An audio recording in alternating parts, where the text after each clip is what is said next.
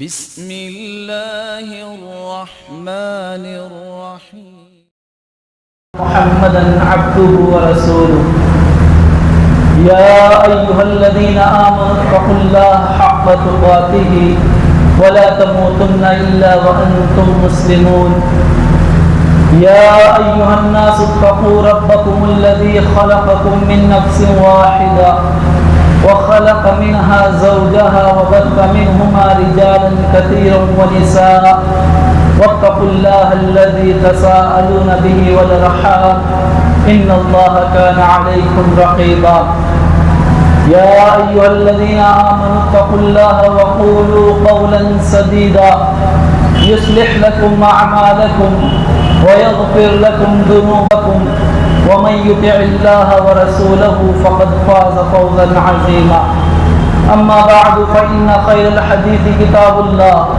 وخير الهدي هدي محمد صلى الله عليه وسلم وشر الأمور محدثاتها وكل محدثة بدعة وكل بدعة ضلالة وكل ضلالة في النار فأعوذ بالله من الشيطان الرجيم بسم الله الرحمن الرحيم قاف والقرآن المجيد بل عجبوا أن جاءهم منذر منهم فقال الكافرون هذا شيء عجيب أإذا متنا وكنا ترابا ذلك رجع بعيد قد علمنا ما تنقص الأرض منهم وعندنا كتاب حفيظ بل كذبوا بالحق لما جاءهم فهم في أمر مريج أفلم ينظروا إلى السماء فوقهم كيف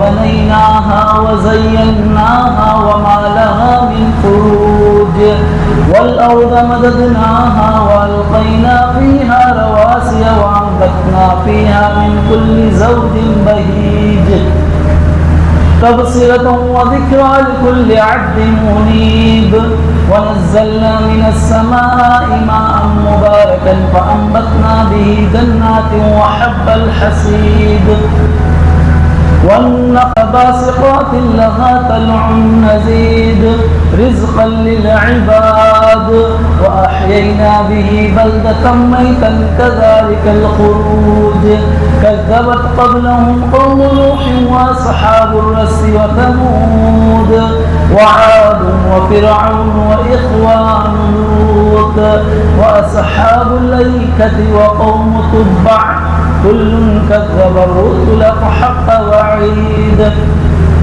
أفعينا بالخلق الأول بل هم في لبس من خلق جديد وقال الله تعالى في موضع آخر أعوذ بالله من الشيطان الرجيم كل نفس ذائقة الموت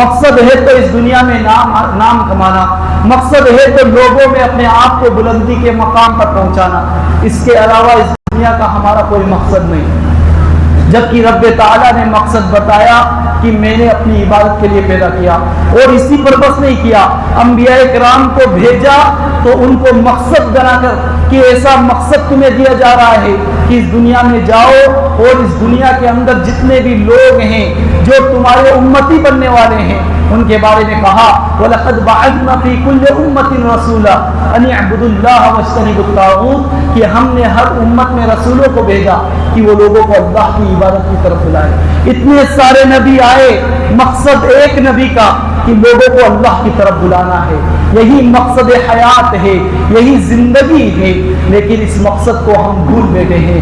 ضرورت ہے کہ مقصد حیات کو سمجھیں، زندگی کے مقصد کو سمجھیں، تاکہ یہ دنیا کے جھگڑے، یہ دنیا کے جھمیلے، یہ دنیا کی کچھ جو بھی باتیں ہیں، اللہ رب العالمین ہمیں ان سے بچا لے۔ یہ ہے دنیا میں آنے کا مقصد، اور درود و سلام نازل ہو تمام انبیاء کرام پر، بالخصوص میرے اور آپ کے آخری نبی تاجدار مدینہ احمد مصطفیٰ محمد مجتبی سرکار دو عالم صلی اللہ علیہ وسلم پر۔ اللہم صلی علی محمد وعلی آل محمد کما صلیت علی ابراہیم وعلی آل ابراہیم انکا حمید مجید۔ اللہم بارک علی محمد وعلی آل محمد کما بارکت علی ابراہیم وعلی آل ابراہیم انکا حمید مجید۔ اس مختصر سے حمد و ثنا کے بعد آج کے اس خطبہ جمعہ کے اندر جس موضوع کے تحت گفتگو کی جائے گی وہ موضوع موت ایک اٹل حقیقت، ایک ایسی حقیقت ہے جس سے کوئی انکار نہیں کر سکتا، لیکن پھر بھی ہر انسان اس سے غافل ہے۔ کوئی مرنا نہیں چاہتا۔ سوال کیا جائے جنت میں جانا کون چاہتا ہے، سب کے ہاتھ اٹھیں گے مجھے جنت چاہیے، لیکن یہ یاد رکھیے جنت میں جانے کے لیے مرنا ضروری ہے۔ جب اس دنیا کو چھوڑ کے جاؤ گے تبھی آگے جا کر جنت کا معاملہ ہے، نہیں تو یہ دنیا اگر ہمیں چاہیے اور اس دنیا میں ہی رہنا ہے تو آگے جنت کا آپ سوال نہیں کر سکتے۔ موت یہ ایک اٹل حقیقت ہے، اس سے موت سے کسی کو چھٹکارا نہیں۔ سب سے پہلے اگر اس دنیا میں کسی کو موت سے چھٹکارا ہوتا تو نبی کریم صلی اللہ علیہ وسلم کو ہوتا۔ کسی نے سچ کہا لو کان فی الدنیا بقاء لما مات خیر المرسلین محمد، اگر دنیا میں کسی کو ہمیشگی ہوتی، اگر دنیا میں کوئی باقی رہنے والا ہوتا تو نبی کریم صلی اللہ علیہ وسلم کو کبھی موت نہ آتی، نبی کریم صلی اللہ علیہ وسلم کا انتقال نہ ہوتا۔ جب نبی کریم صلی اللہ علیہ وسلم کا انتقال ہو گیا، جب نبی کریم صلی اللہ علیہ وسلم یہ دنیا چھوڑ کر چلے گئے تو ہم کس کھیت کی مولی ہیں؟ ہمارا کیا حشر ہے؟ جب نبیوں کو نہیں معاف کیا گیا، جب نبیوں کو نہیں چھوڑا گیا تو ہم کہاں سے بچ جائیں گے؟ تو میرے بھائی کل نفس ذائقۃ الموت، ہر نفس کو موت کا مزہ چکھنا ہے۔ حضرت ابو ہریرہ بیان کرتے ہیں، صحیح بخاری اور صحیح مسلم کا واقعہ ہے، ہر شخص اس واقعے سے واقف ہے۔ حضرت موسیٰ علیہ السلام کے پاس موت کا فرشتہ آیا، موت کا فرشتہ حضرت موسیٰ علیہ السلام کے پاس ان کی روح کو قبض کرنے کے لیے آیا تو حضرت موسیٰ علیہ السلام نے موت کے فرشتے کو ایک تھپڑ رسید کیا، ایسا تیز تھپڑ تھا کہ فرشتے کی آنکھ باہر آ گئی۔ وہ فرشتہ اللہ رب العالمین کے پاس جاتا ہے اور اللہ رب العالمین سے کہتا ہے اے اللہ رب العالمین تو نے مجھے کیسے بندے کے پاس بھیجا ہے، ایسے شخص کے پاس بھیجا جو موت کا خواہش مند نہیں، جسے موت نہیں چاہیے۔ اللہ رب العالمین نے اس موت کے فرشتے کی آنکھ کو درست کیا اور اس موت کے فرشتے کو واپس زمین پر حضرت موسیٰ علیہ السلام کے پاس بھیجا اور کہا کہ ایک بیل لے جاؤ، ایک بیل ان کے پاس رکھو اور ان کی بیل کے اوپر ان کا ہاتھ رکھو اور ہر ہاتھ کے نیچے بال جتنے بھی بال آئیں گے ہر بال کے بدلے ایک سال کی زندگی دی جائے گی۔ حضرت موسیٰ علیہ السلام نے اللہ رب العالمین سے ڈائریکٹ پوچھا اے اللہ رب العالمین میں نے اتنی زندگی گزار لی اس کے بعد کیا ہے؟ اللہ رب العالمین نے کہا اے موسیٰ اس کے بعد بھی تجھے مرنا ہے، اس کے بعد بھی تمہیں موت آئے گی۔ تو حضرت موسیٰ نے کہا تب تو موت مجھے ابھی منظور ہے۔ میرے بھائیوں نبیوں کو چھٹکارا نہیں تو اور کون انسان ہے جو اس موت سے بچ جائے؟ کوئی بھی نہیں بچ سکتا۔ اللہ رب العالمین نے قرآن کریم کے اندر موت کے متعلق ہر الگ الگ مقامات پر فرمایا کہ موت اپنے وقت مقررہ پر آتی ہے، موت اس سے اس کا وقت نہیں ٹلتا۔ اللہ رب العالمین نے فرمایا وَلَن يُؤَخِّرَ اللَّهُ نَفْسًا إِذَا جَاءَ أَجَلُهَا وَاللَّهُ خَبِيرٌ بِمَا تَعْمَلُونَ، جب کسی انسان کا موت کا وقت آتا ہے تو اس وقت سے بالکل تاخیر نہیں کرتا، یعنی یہ نہیں کہ تھوڑا ادھر ادھر ہو جائے، وقت آیا اسی وقت اس کی روح قبض ہونی ہے۔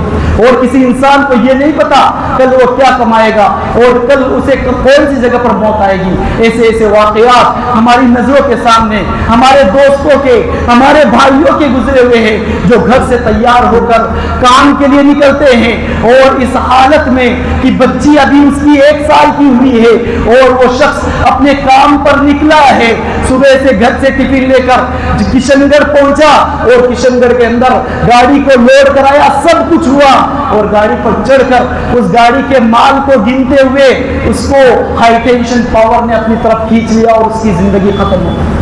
ایسے ایسے واقعات ہمارے گھروں کے، اپنے گھروں کے واقعات ہیں کہ اب انسان یہ سوچتا ہے کہ میں اگر گھر میں نہیں ہوتا تو بچ جاتا، اگر گھر میں ہوتا تو بچ جاتا۔ میرے بھائی ایسا نہیں ہے، اگر تم موت سے بھاگنا چاہو گے تب بھی نہیں بھاگ پاؤ گے، جہاں کہیں پر بھی تم ہوں گے وہاں پر تمہیں موت آ کر رہے گی۔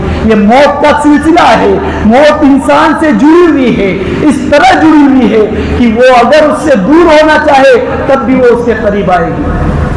اللہ رب العالمین نے قرآن کریم کے اندر ارشاد فرمایا اینما تکونوا یدرککم الموت ولو کنتم فی بروج مشیدہ، جہاں کہیں پر بھی تم ہو موت تمہیں آ پکڑے گی، اگرچہ تم مضبوط سے مضبوط قلعوں کے اندر چھپ جاؤ، مضبوط سے مضبوط بلڈنگوں کے اندر چھپ جاؤ، تمہیں موت آ کر رہے گی۔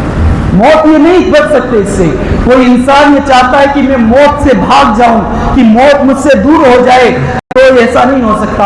اللہ رب العالمین نے قرآن کریم کے اندر ارشاد فرمایا قل ان الموت الذی تفرون منہ فانہ ملاقیکم، جس موت سے تم بھاگ رہے ہو تم بھاگ نہیں سکتے، اس موت سے تمہیں ملاقات کرنی ہے، وہ موت تم سے ملاقات کرے گی، تم اس سے دور نہیں ہو سکتے۔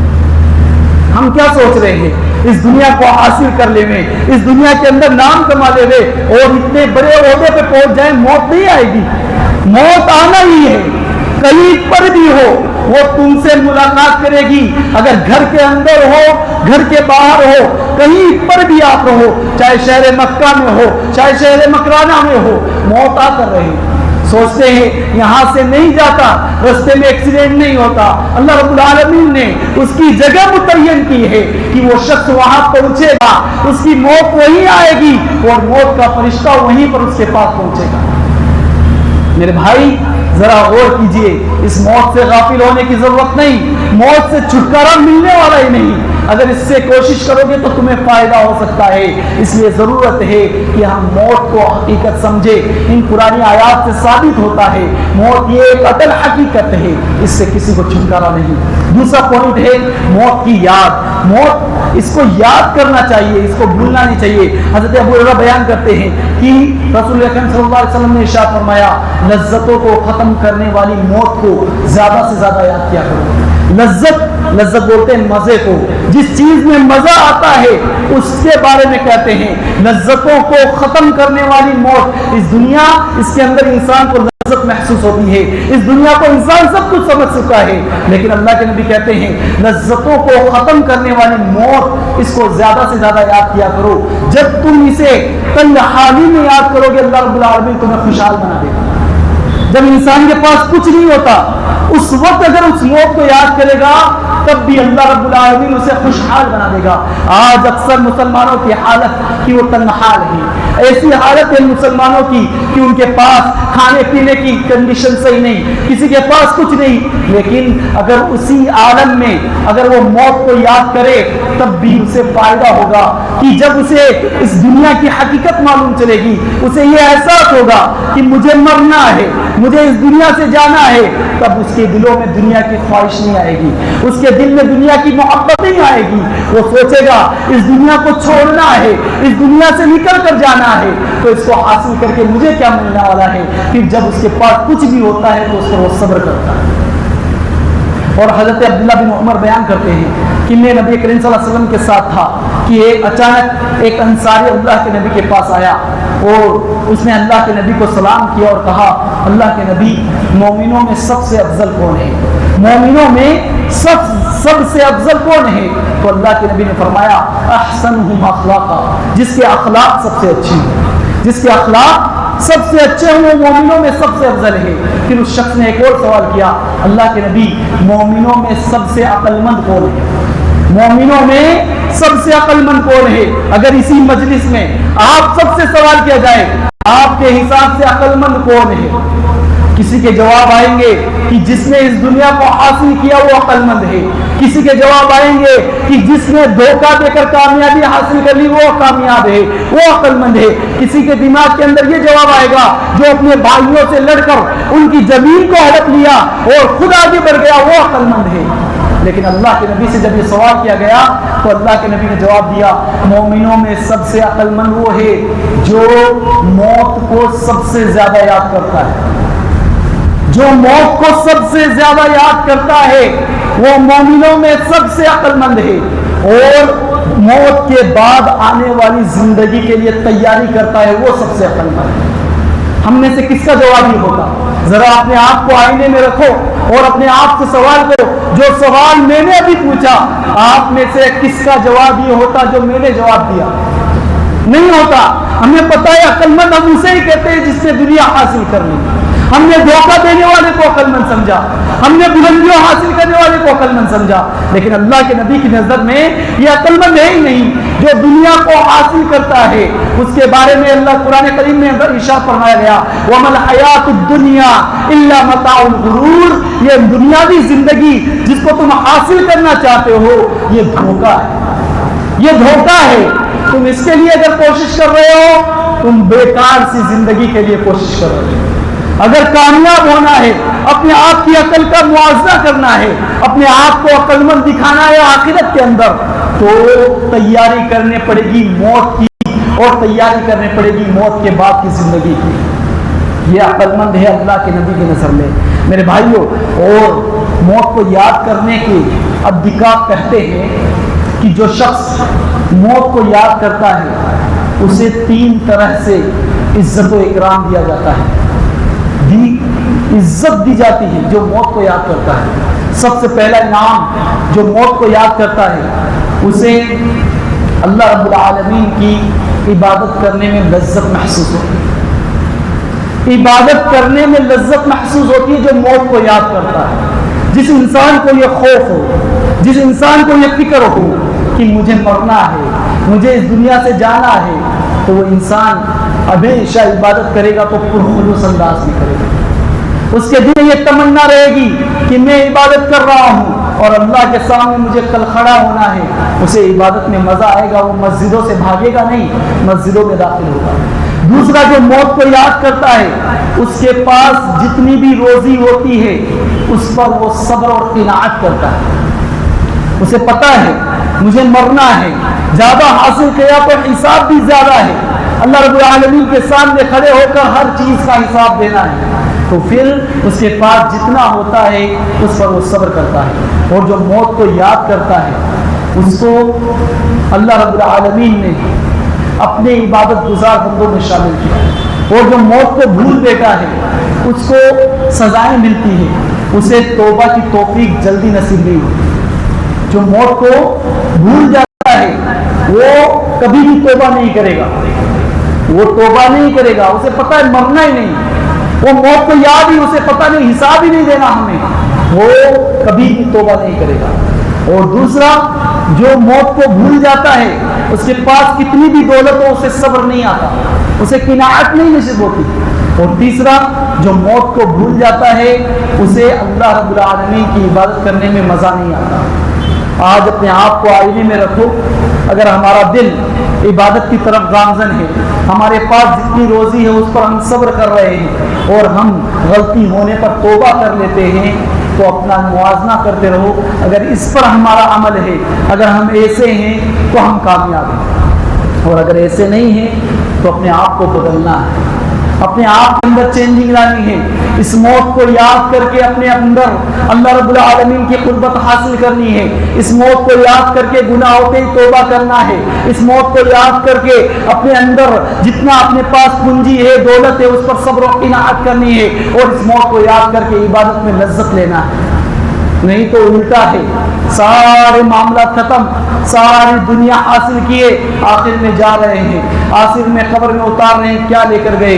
ایک کفن، اس کے اندر بھی کچھ نہیں ہے، نہ جیب ہے نہ کچھ ہے، نہ قبر میں الماری ہے، کیا رکھ کے لے کے جاؤ گے؟ اکٹھا کیے ہو سب کچھ، جمع کیے ہیں سب کچھ، لیکن لے جانے کے لیے کچھ نہیں ہے۔ ہاتھوں میں اگر گھڑی ہے، ہاتھوں میں اگر اور جیب میں اگر کچھ بھی پیسہ ہے، اولاد نکال لے گی، اور آپ کے کپڑے اگر کھلنے کے لائق نہیں تو انہیں پھاڑ کر نکالا جائے۔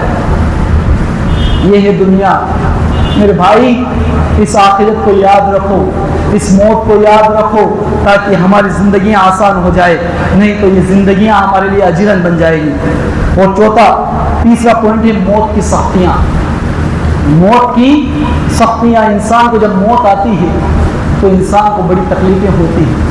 اللہ رب العالمین نے قرآن کریم کی 4 آیتوں کے اندر موت کی سختی کا ذکر کرتے ہوئے فرمایا وَجَاءَتْ سَكْرَةُ الْمَوْتِ بِالْحَقِّ، جب موت کی سختی حق کے ساتھ آ گئی۔ دوسری جگہ فرمایا وَلَوْ تَرَىٰ إِذِ الظَّالِمُونَ فِي غَمرَاتِ الْمَوْتِ، جب ظالم لوگ موت کی سختیوں میں ہوں گے۔ تیسری جگہ فرمایا فَلَوْلَا إِذَا بَلَغَتِ الْحُلْقُومِ، جب موت ان کے گلے میں آ جائے گی۔ چوتھی جگہ فرمایا كَلَّا إِذَا بَلَغَتِ التَّرَاقِيَ، ہرگز نہیں جب موت ان کی ہنسلی تک آ جائے گی۔ میرے بھائیوں، یہ قرآن کریم کی 4 آیتیں ہمیں جھنجھوڑ دیتی ہیں کہ انسان کا عالم کیا ہوگا۔ جب اللہ کے نبی کا آخری وقت تھا، ذرا میں تمہاری یادداشت تازہ کروں، اللہ کے نبی کے اوپر موت کی سختی کیسی تھی۔ اللہ کے نبی اپنے انتقال سے چند روز پہلے کسی جنازے میں شریک ہوئے، اور جنازے میں آنے کے بعد اللہ کے نبی نے حضرت عائشہ سے کہا، اے عائشہ، ہائے میرے سر میں درد شروع ہو گیا ہے۔ یہ اللہ کے نبی کی بیماری کی ابتدا تھی، یہاں سے اللہ کے نبی بیمار ہونا شروع ہوئے۔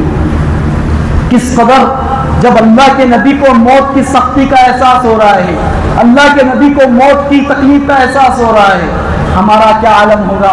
اللہ کے نبی کے آخری ایام پڑھتے ہیں، اللہ کے نبی کے اندر اتنی طاقت نہیں ہے کہ اللہ کے نبی چل کر مسجد جا سکیں۔ اللہ کے نبی 2 صحابہ کے کندھوں پر اپنے ہاتھوں کو رکھ کر اپنے پیروں کو زمین پر رگڑتے ہوئے مسجد میں پہنچتے ہیں۔ یہ کون ہے؟ اللہ کے نبی جو امام الانبیاء ہیں، جو اللہ رب العالمین کے سب سے محبوب نبی ہیں۔ ان کا عالم یہ ہے کہ ان کے اندر اتنی طاقت نہیں کہ وہ مسجد جا سکیں۔ اللہ کے نبی کے پیر زمین پر رگڑ رہے ہیں۔ اللہ کے نبی کے اندر اتنی طاقت نہیں کہ اللہ کے نبی اٹھ کر پیشاب کر سکے۔ اللہ کے نبی کے اندر اتنی طاقت نہیں کہ اللہ کے نبی غسل کر سکے۔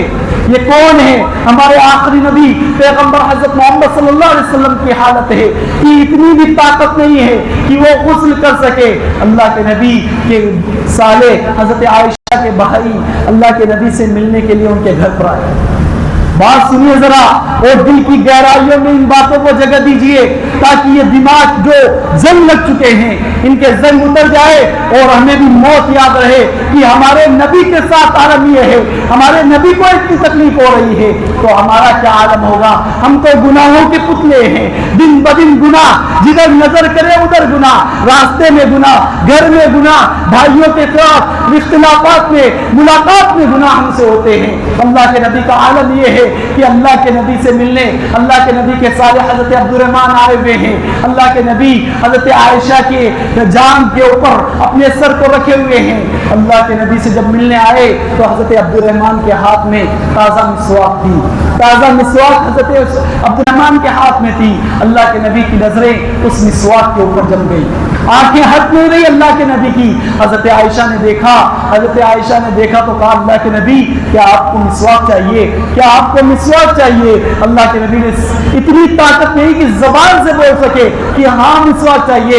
اللہ کے نبی نے سر کے اشارے سے کہا ہاں مسواک چاہیے۔ حضرت عائشہ نے اپنے بھائی سے مسواک لی، اللہ کے نبی کے ہاتھ میں پکڑائی، اللہ کے نبی نے منہ میں مسواک کو رکھا۔ اللہ کے نبی کے اندر اتنی بھی طاقت نہیں کہ اس مسواک کو اپنے دانتوں سے نرم کر سکے۔ یہ کون ہے ہمارے نبی جن کے اندر آخری لمحات میں جسم سے ساری طاقت ختم ہو گئی. کہتے ہیں کہ ان سے اللہ کے نبی کے اندر اتنی بھی طاقت نہیں کہ وہ مسواک کو نرم کر سکے. حضرت عائشہ حالت دیکھی. حضرت عائشہ نے کہا اللہ کے نبی کیا میں مسواک کو نرم کروں, میں مسواک کو نرم کر دوں؟ اللہ کے نبی نے پھر سر کے اشارے سے کہا ہاں مسواک کو نرم کیجئے. حضرت عائشہ نے مسواک لی اور اپنے منہ سے اپنے دانتوں سے اس مسواک کو نرم کیا اور اللہ کے نبی کے ہاتھ میں پکڑائی. پھر اللہ کے نبی نے مسواک کی. میرے بھائیو یہ عالم ہے اللہ کے نبی کا. اتنی اللہ کے نبی کی طبیعت خراب, اتنی بخار کہ اللہ کے نبی کے سر کے اوپر ٹھنڈے پانی کے اندر سے کپڑے نکال کر اللہ کے نبی کی پیشانی پر رکھے جاتے اور وہ پیشانی پر رکھنے کے فوراً بعد ہی وہ کپڑے سوکھ جاتے. اللہ کے نبی کی ایسی حالت ہے. اللہ کے نبی کہتے ہیں مجھے 7 کنویں کے پانی سے نہلایا جائے. اللہ کے نبی کے لیے پانی لایا جاتا ہے اور اللہ کے نبی کو ٹب میں بٹھایا جاتا ہے. خود بیٹھنے کی طاقت نہیں ہے, اللہ کے نبی کو اٹھا کر بٹھایا گیا. یہ اللہ کے نبی کی آخری ایام میں حالت ہے. اللہ کے نبی کو بٹھایا گیا اور اللہ کے نبی کے اوپر پانی انڈیلا گیا اور اللہ کے نبی پر اتنا پانی انڈیلا گیا کہ اللہ کے نبی نے اشارہ کیا کہ بس رہنے دو. میرے بھائیوں یہ اللہ کے نبی کی حالت ہے. پھر آخری وقت میں اللہ کے نبی کو پیشاب کی حاجت ہوتی ہے کہ اللہ کے نبی نے حضرت عائشہ سے پیشاب کے بارے میں ذکر کیا تو حضرت عائشہ نے پیشاب کے لیے ایک ڈول منگوایا, ایک برتن منگوایا.